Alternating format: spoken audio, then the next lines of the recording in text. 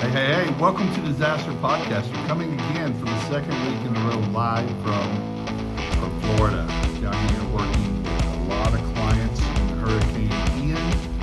And you can see here, someone told me, boy, it looks like you're living a terrible life. I've got an Airbnb that didn't have power until a few days ago. But yes, I have a pool that looks like it's an infinity pool. But anyway, I'm not suffering like the people that live here that lost everything, so I will agree to that. But I'd like to welcome you to the Disaster Podcaster for this week.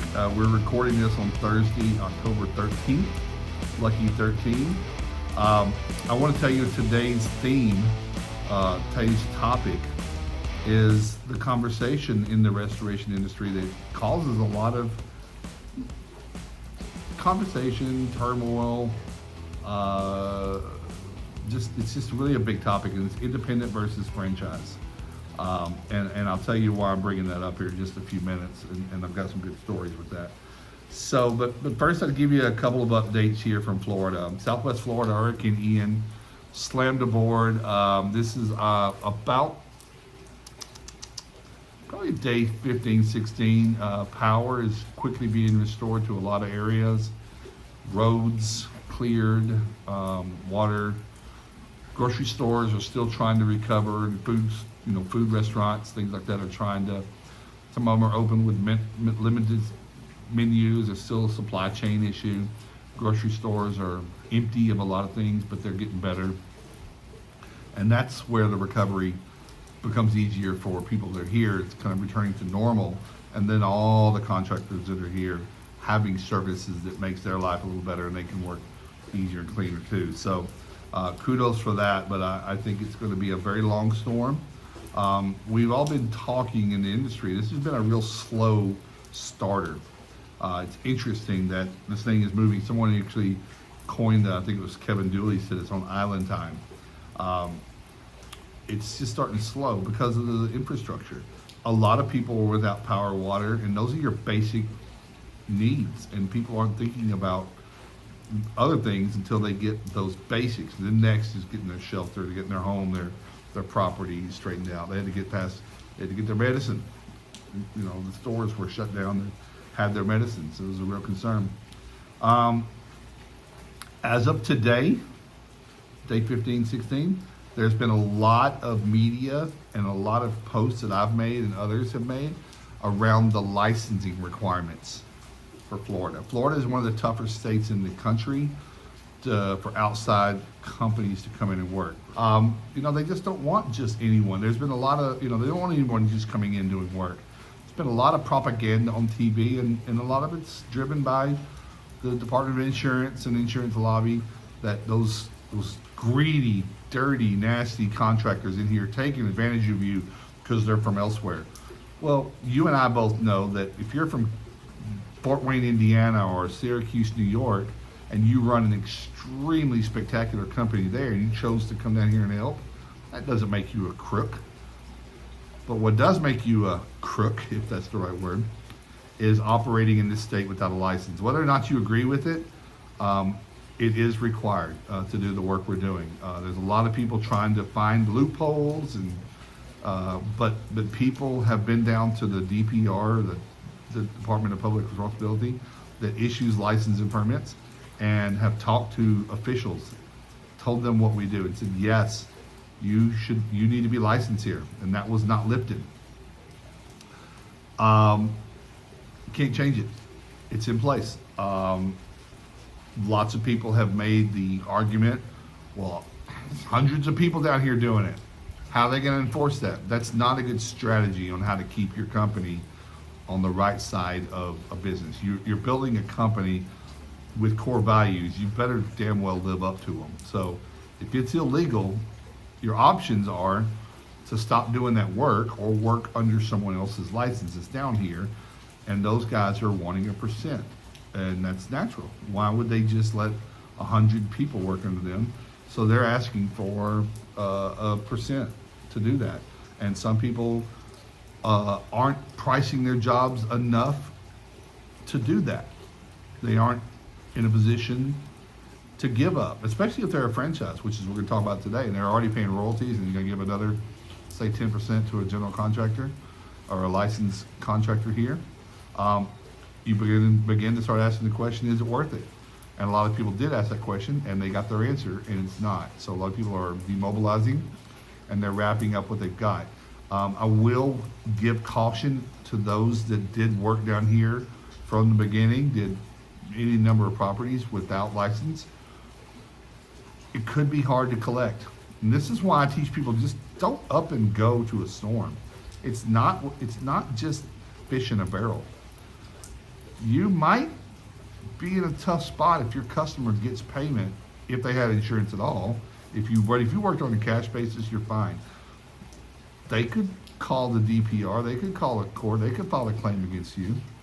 If they owe you money, a judge might say you weren't licensed to work there. Your contract, if you even had a contract, your work authorization is null and void. I'm not an attorney. Take that for what you want, but keep playing with fire, and you'll be actually hurting our industry, because this is not how we behave.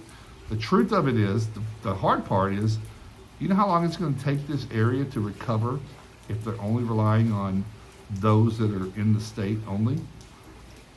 But those are arguments, black and white issues, you just can't find the gray. So the license is an issue, and add on top of that is, this is a registered, regulated state for mold. If you don't have a mold remediation license here, you're not going to be touching it anyway. It's already mold here. It's already getting found. It's already been 15 days with no power, in some places with no air movement and no dehumidification. You now have a mold issue pandemic in this state. So that's going to be another interesting thing to follow. We might have some future. I have a lot of assessors that I know down here and a lot of contractors in mold. We might have them on in a few months to talk about what the status of that is. People coming to Florida, I just touched on a little bit. Think now that we've talked about the licensing and these things, you've got to have. I made a post this week. I think we might actually put that down into the description. Made a post on our Facebook group, Restoration Nation. You've got to have really, really tight financial goals and expectations for yourself and your company and others that work for you on coming down here. What is going to make this trip worth what you go through? Some people came down here not just for money, but for experience, and I like that. Some people came down here with working for other people. I want to get on there because I think FOMO kicks in with entrepreneurs. Fear of missing out, FOMO, FOMO.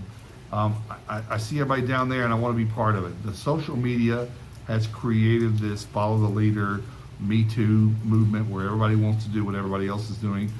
What social media doesn't show you, unless we're posting it like I do, is the reality of it. I'm not trying to deter anyone from coming to Florida.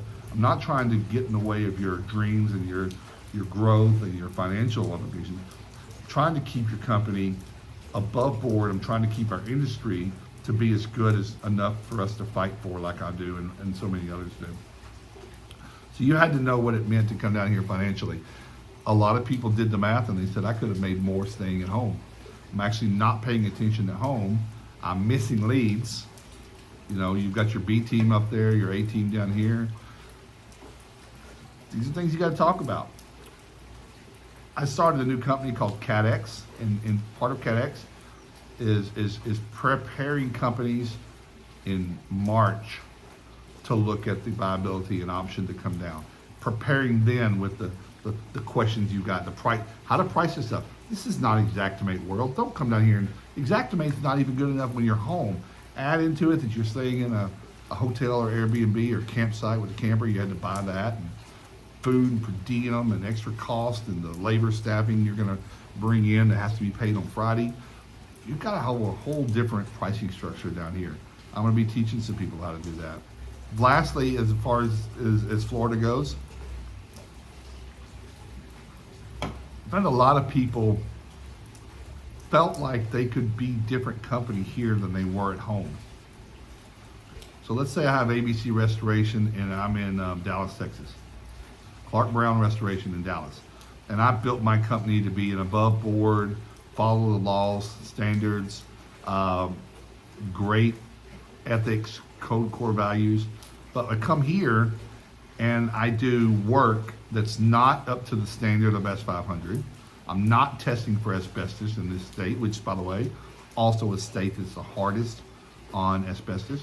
Every home, every building, if you're going to disturb material, must be tested. It's a law, period. I won't go back into that. I've talked about that for years, for enough, and even the past week. My assessor friends, they're being called to look at jobs, but they weren't called in to look at the asbestos. But I ask you, would you do this at home?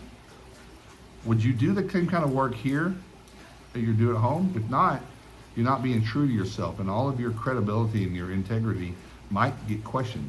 Because guess what? In the world of social media, it's no longer you're across country with strangers. It follows you. People can make reviews. People can track where you're at and make your life crazy. Don't do work there. If you can't, there's no reason. There are assessors here that can test for asbestos. It might take longer.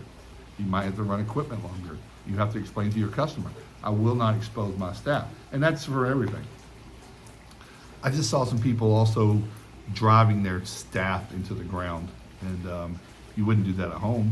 You've got to pay attention to that. You got to look at your staff and their mental and physical conditioning and how what they're going through, and not make it about the money. Don't every day grind and say we got to go make sales.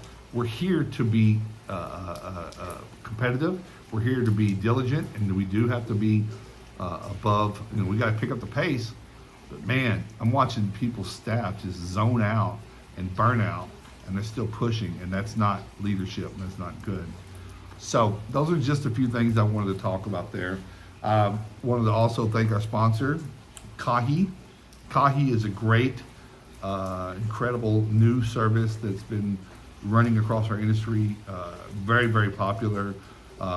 Asset tracking, vehicles, analytics, lots of great tools to have there, but really kind of helps you keep track of your equipment in a passive way. And it's very affordable, and they're going to continue to be integrating with a lot of the softwares that we're already using, which is just going to enrich the user experience and make it even better so you can make some great decisions. So check out Kahi, if you will, kahi.io, kahi.io.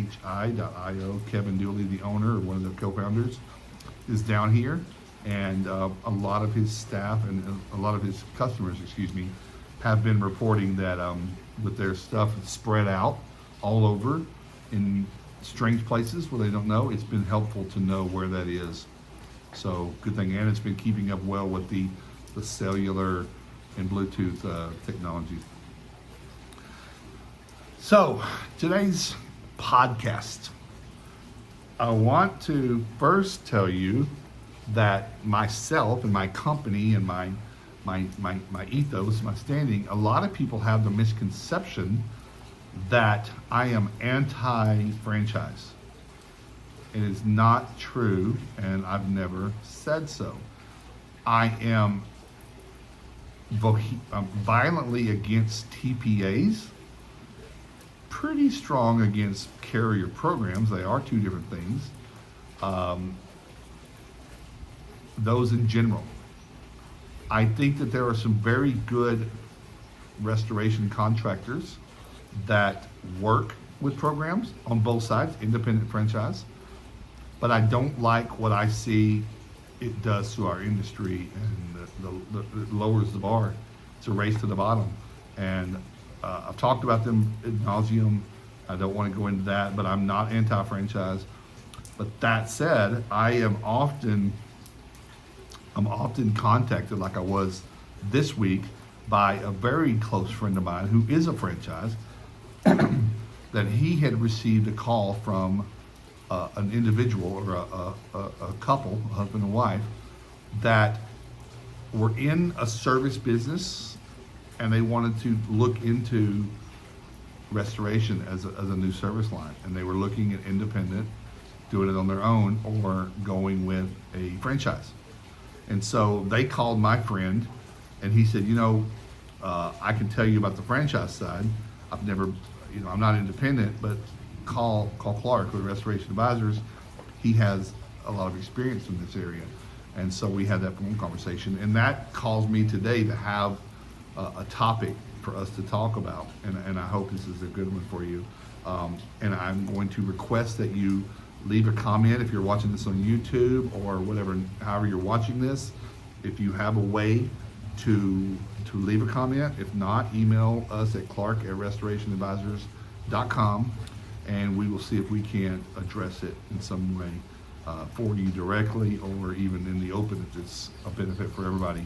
But I want to clear up that I'm anti-franchise. If that were the case, then my 3 clients with Restoration Advisors would not be very happy with me. We have clients that are franchise companies that are killing it and doing great work, and they are striving to be the absolute best. And I think that's probably the case for most franchises. I will tell you there's probably more bad independents than franchises. We'll talk about that in just a minute. So I want to clear that up. I love franchises. I think there's a place for them, and we're going to dive into that a little bit today. Franchise versus independent, which one is for you? That was the thing, what should I do? I get a call from someone who I don't know. I have to ask some questions, and the answers are, it's going to depend. It's going to depend on where you are now, and your background, your area, what part of the country you might be in, big town, small town, saturated market, not saturated market, weather-wise. I mean, there's a lot of factors. It's not a black and white answer. But I wanted to, unpack that a little bit today. But when I talk about your background, the answer would be different for someone that was a banker his whole life or her whole life, as opposed to someone who cleaned carpet. Okay, those are 2 different things. You still need education, but your adaptability to jump into it will be different based on your background. So I have to flesh those out. And this might help any of you that are watching that might be on that same journey. I do get about 3 calls a quarter from someone who's looking to start a new restoration company and wanted to, ask the same question. This is what really caused me to create our great online course called 60 Days to Build a Strong Restoration Company. If you want to build your own, there really has not been a framework, for the most part, of where to learn, without joining a franchise, how to build an independent restoration company. That course has been extremely popular. We repriced it. It's now $489. You get 60 days worth of little micro lessons with lots of downloads and access to coaching. It's really great, but you're going to be able to self-determine based on you, now that you're armed with more information, which is best for you. And I think there is no right answer or wrong answer until we know a whole lot more. So which one's for you? I want to talk about the pros. Pros and cons, right? So the pros of a franchise are, there is a level of systemization involved. There's a structure, there is a tried and true tested model that exists, and then that's what you're going to learn on. That varies from franchise to franchise. Some are much better at that, and some are less so. Some of them have different models. I love coaching franchises because you've got owners who say, I'm in a franchise system, but we're kind of in this cocoon, in this bubble, and we only talk about franchise stuff. I want to know how everyone else is doing it. So people seek more information that way, and I love that pursuit. I love that journey. But you got systems, you got programs, you've got uniformity of things. You've got a lot of resources to keep that kind of systemized, and it's also required for a lot of your franchises to stay within some confines of that brand's model. You have a network. It can be daunting to start your own business in a field that you do or don't know much about. A lot of people start restoration companies that have been a technician and then maybe a project manager or an estimator. That doesn't mean they're ready for business ownership. It's a whole set of skills that aren't taught there. And there are a lot of franchise owners and independents who wake up and look and say, wow, I just wasn't prepared for this. Like personally, as a leader, as a company owner, I didn't know half of this stuff because that was behind the scenes. So with a franchise, you probably are going to be in a pretty good opportunity to have a network and have other people that are in the same place as you, but also those that have been through it, and those people that are identified within the franchise system that are kind of mentors. So you have that. But you have people you can lean on and trust, and phone calls and text and the good days and bad days sharing with a little bit that kind of get it. You've also got people you can bitch about things with. You're gonna not agree with everything, and sometimes you just call someone and say, hey, what about this? You have a lot of resources with the franchise. It's pro. You have, your franchise is going to have some big monster players involved, and then some smaller ones that don't do, much work. But if you come across a job or an opportunity that's bigger than you can handle, or something you haven't, you're a phone call away from a trainer or a mentor or a coordinator. Everybody called it the director. They all called something different depending on the franchise. You've got resources, and they may put you in touch with another franchise. It may be something from corporate. We don't know. So you have that there, and someone that might be independent doesn't have that, not out of the gate until they make a network. You have your brand. Franchise is a brand. You're buying a sign outside your door, a logo on your truck that comes with a lot of benefit, a lot of recognition. There are some that have an incredible brand, and some that are smaller that are working on that. So you've got that. You've got that built-in credibility. Customers might appreciate and love that you are part of something bigger that has a system in place. I mentioned systems. That might be a great marketing tool, but you have something that's a foundational thing that I think some people that don't have a franchise model would struggle with and have to learn it the hard way, the slow way, and build that up from nothing. And I think that's one reason why people do choose franchises.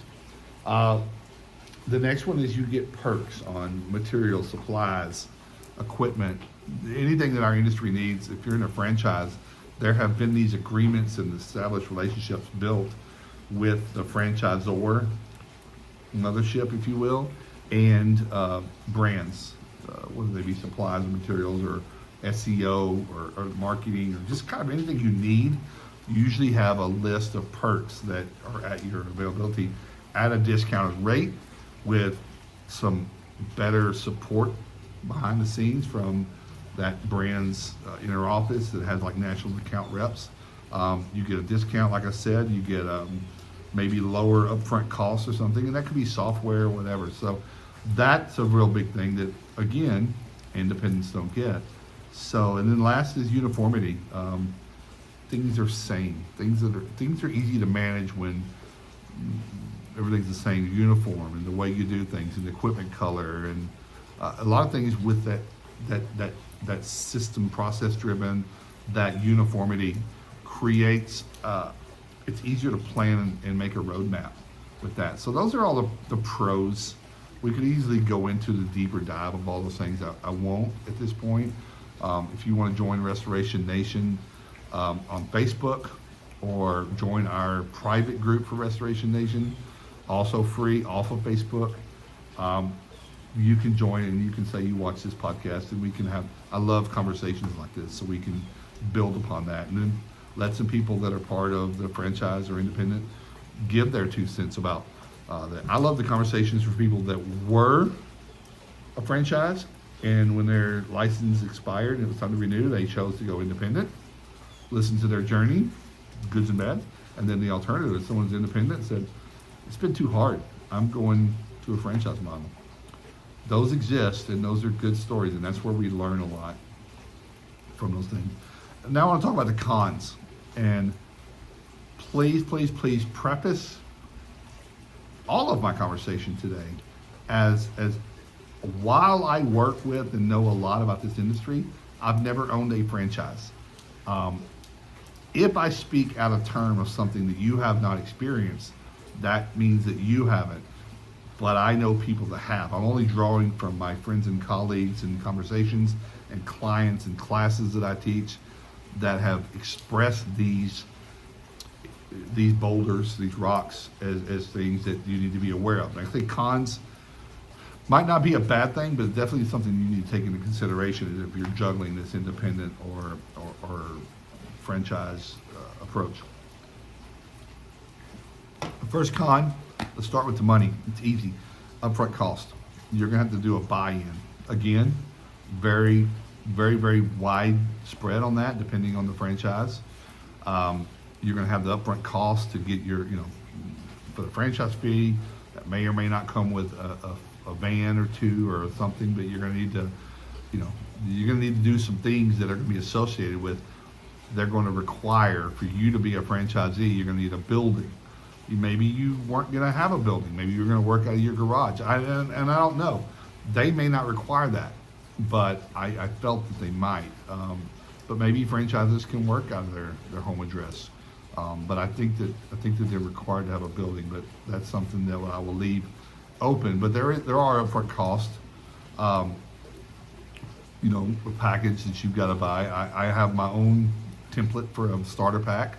It might not match everybody else's. It's worked for me, and it's something that I believe your cash is king.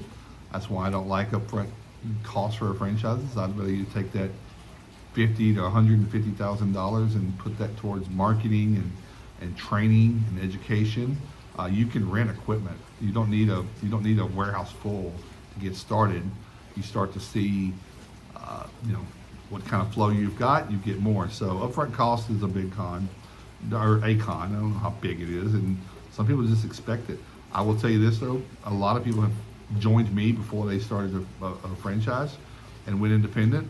I'm much cheaper than that. I mean, our rate for coaching, not only now you need it in the beginning to get started, but as you scale and grow, you're going to overcome things that you didn't know, and so I would say put that towards. Education, both traditional and non-traditional, which means coaching, learning, go and meet other restoration contractors, and I'll talk about that in a minute. The next is royalties. You're agreeing to give up a percentage point for every dollar you ever make while you operate that, and that varies. Again, everything varies from different ones. I've heard it as high as 12%, maybe as low as 6%, and I think there's some tiers. That's just part of it. As you grow, that's going to become a bigger number, and lots of people begin to start later saying, I don't feel like my franchise has helped me grow, so I'm not comfortable giving away royalties to them. Well, you're in a contract, you're going to have to do it. I see a lot of people in franchises over the years that have tried to play games and start a separate little business LLC and run work through there that doesn't hit through their franchise, and franchises know that happens, and if they catch you, it's a pretty big legal battle. I would not recommend it. But any system that's in place that causes people to be, to defraud something or to be non-compliant is not a good system. Another con, and this is an interesting one, as we talked earlier in the pros about a brand, a network. Those two things, especially brand and network. A con can be the same thing. I've seen it happen a lot. I've talked to a lot of franchises. They'll say my biggest competition is my own brand. Especially, that could be regionalized to their market. It could be just how their franchise operates from a mission standpoint. Maybe they are very, very, very program TPA oriented, and that hurts them while they try to be independent. But I know a lot of people that are in the same market. And they, the way the lines are drawn between population and demographics, the person they share that town or that area with, or their neighboring contractor, or even all of them in town, don't do that good of work and burn relationships that might have connections to some relationships that you're trying to build on your side, in your market, in your territory, and that potential client, referral partner, relationship, opportunity, they look at you as the same. They don't know that you've got a different owner in LLC. They just say that Here's this brand. Here's this color truck. That was a bad experience. I am guilty of if I get really, really sick from going to Taco Bell, true story, I don't go to any Taco Bell because I don't think right quick that it was just probably the bad one. I just think it's what they serve. The public thinks the same thing. That's a very big con for me. So be very, very specific if you're looking at working with franchise and joining a franchise, that you find one and you can speak to some other franchisees that paint a good picture saying we don't have that issue. And they are there. I know some that love their neighbors and a lot of collaboration and team up on things, which is, again, as a pro, you can scale for any size job with your resources and bring in other people that are specialists and stuff like that. Another con is you might have some limitations that as you grow, you wish you didn't have. And I don't know what those all are, but just limitations in services. You want to have a vertical to create a new revenue stream. You maybe feel like you've maxed out what you can do on water mitigation or fire restoration or something like that. You want to get into asbestos abatement, not on your projects, but as another service. I don't know, but there are some limitations on what you can do with that brand that might cause you to say, well, if I had an independent company, I could do what I want to. Those conversations happen. This is a good point for me to add that a lot of franchises, restoration guys, after they've had their franchise for a couple of years, they've had that conversation saying, well, if I had to do it over again, I probably would not have gone franchise. That's real easy to say once you've got what you needed out of it and you're established and you've just now run into the limitations that you've got. That's easy to say, and it's a little bit of a cop-out, but I get it. And I think that's why the more homework you can do in the beginning, talk to the right people, you can avoid that, because sometimes the contract levels are a long time. And if you leave a franchise, they're going to bring in somebody else to pick up that franchise ship, and they're going to be your competition, and they're going to possibly blow it up, and it's going to be great and huge. And it wasn't about the franchise, it was about you. Just be aware of that. And then lastly, just freedom. I'm a freedom guy. I love independence. I love freedom, and you're in somebody else's system, and these limitations I already mentioned, for good and bad. I like to take my own life and trajectory into my own hands and do with it whatever I want. And I have done that with my agency because there's no franchises in consulting, but I wouldn't do so. I like to shift and evolve, and sometimes franchises are slow to catch up to the times. The world is moving so fast with the digital world and the internet and the market and the demographics. We just had a big national pandemic. I think that the buyer, the insurance industry, I think all the components that we deal with are shifting at a speed quicker than we're adapting. And sometimes your franchise, it's hard to get way ahead of your franchise. It's hard for you to be the only one out here doing something way out there because you saw you had experience with it or you needed to. You're going to get some pressure to kind of come back in and keep things within the confines of that. So that's again a con. Independent has briefly going independent. A con is you've got to start from zero. You're on your own. You're paying full price for everything. You're making lots of mistakes. You might have mentors and friends that are in different industries, and they're great for the business, but they don't know what you're going through. You're going to find out the hard way. So I'd say that was a con. But a pro is the independence and the ability to do everything and do anything that you need and want. And sky's the limit. You build a $50 million company, you don't want to give away 11%. You now are an independent company, and then you get to selling it. I didn't even mention that.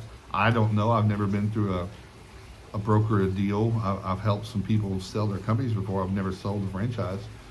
I don't know if the valuation's differently because they're just going to sell it to another franchise ship. I don't know if you get the same cash out, walk away. I don't know. Someone else is buying. A business is established, but now they don't need the franchise anymore because you're getting all your work on your own without the franchise. What am I buying into a franchise for? Those are all good questions, things I pick around, but I'm mildly independent. And for that reason, years ago, myself and a few others started a movement that became a group. But it was a movement first. It's called Restoration 2.0. 2.0 was a reboot. I think we were kind of getting lethargic and stuck in the way it had always been done. And that formed and created and erupted a group and a bigger movement called the Rebels, the Restoration Rebels. You may have heard of that if you're watching this podcast.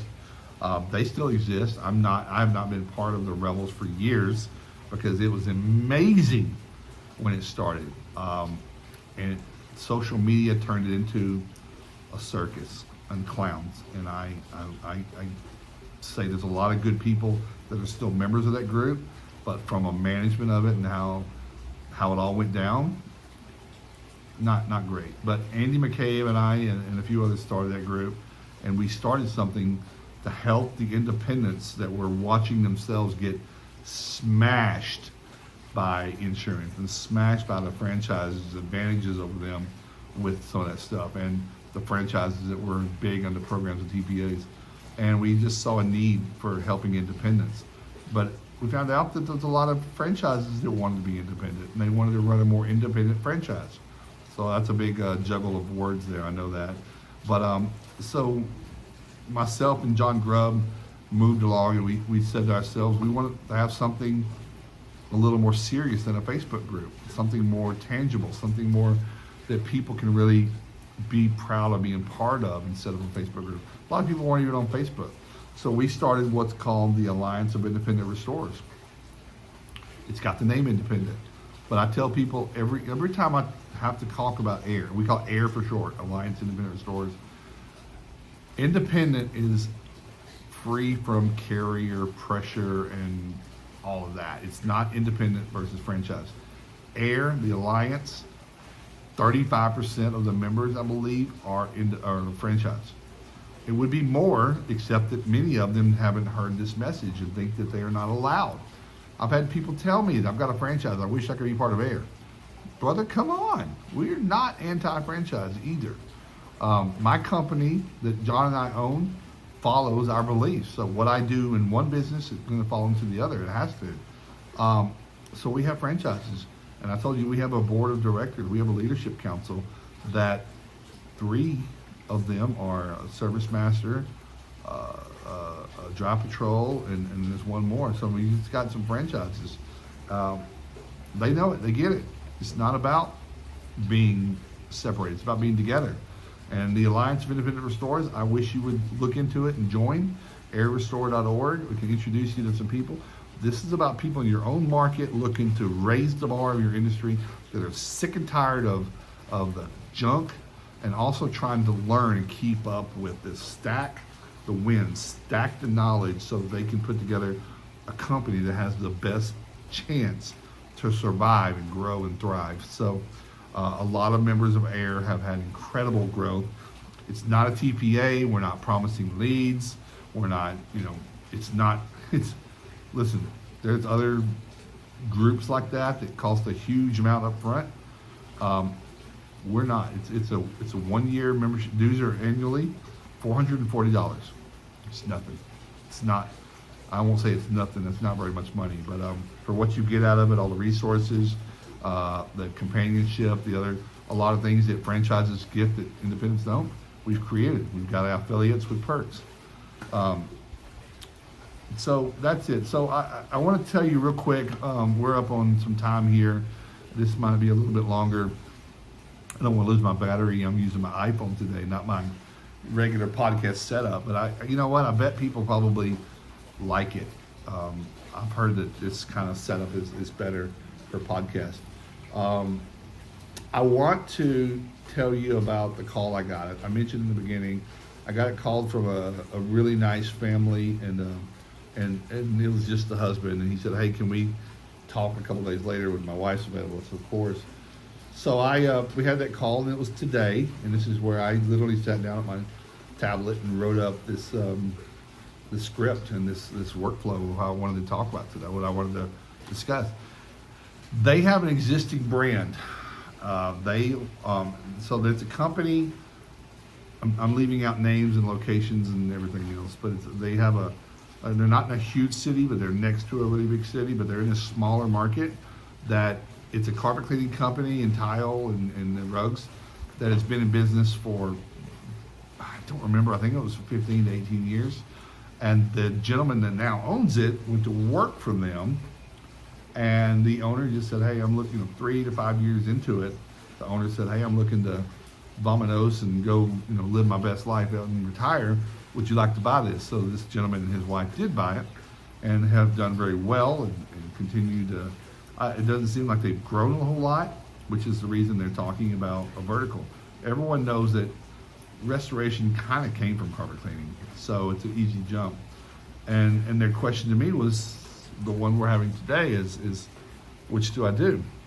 Well, I didn't advise them solidly one way or the other. I kind of did the whole pro and con, but I think I painted a picture that was compelling, that might have given them a lot of thought about not doing franchise. And that would be, while they don't know restoration, they're comfortable in home services and some of the equipment's the same.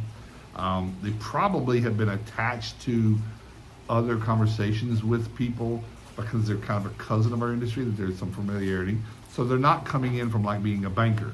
And I'd say that's why it matters what your background is, but they're coming in with a little bit of knowledge. They have a lot of the equipment that would be useful in other business, but mostly they already have a brand that's been built up there. While there's still a lot of opportunity for it to be branded more and become more in the year 2022 with its digital footprint and social media, SEO, and some marketing, they've got the foundation there of something that's it's hard to build a brand, and everyone in town knows them, but they just don't know they're wanting to get into restoration. So if they decide to do that, as I think they will, it's just a matter of start adding that to the storytelling. Do get involved with creating a YouTube channel and a Facebook page, and meet. There's a book called The Power of Who.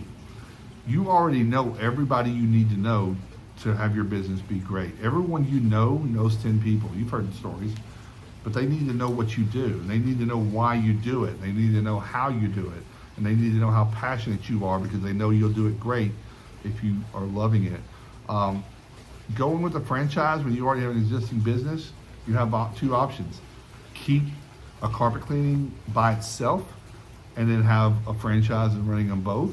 You kind of risk, you're running two different companies and it's a little choppy.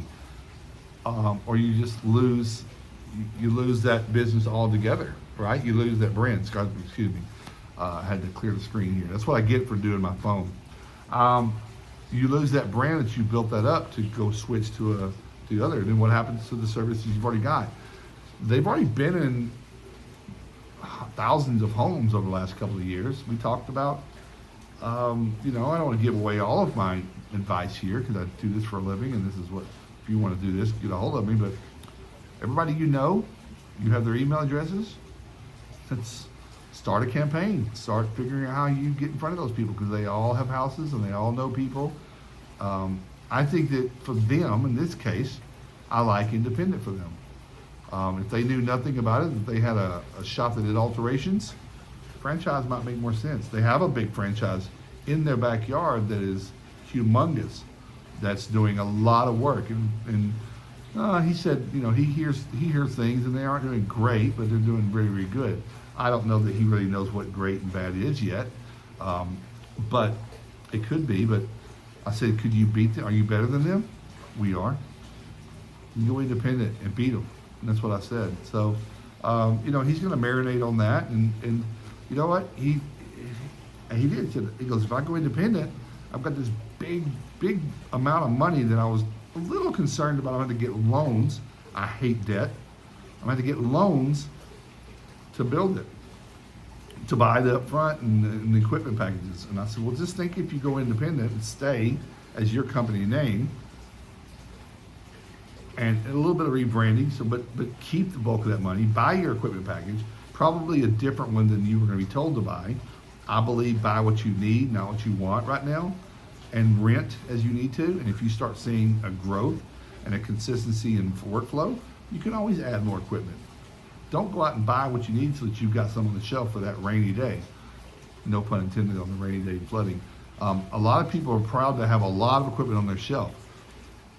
I like the cash, a business development person, to get more work. Everyone likes the margins of owning your own equipment instead of renting it. How often do you doing that? If you have enough equipment where you can run several jobs at once and not having to rent stuff. But eventually you're going to get where you, hey, I rented the last 2-3 times. Let's buy some equipment. We probably could have paid for it by then. But was that from an event, a surge, or an area-wide disaster? Or was that literally leads coming in because your marketing's doing well and the work that you do is well and you're getting reviews? Those are questions that and then what he's doing, he's going to put some money aside for education. I like education outside of the franchise and in the franchise. Go to some schools where people are teaching different things. Go to join masterminds, join this and that.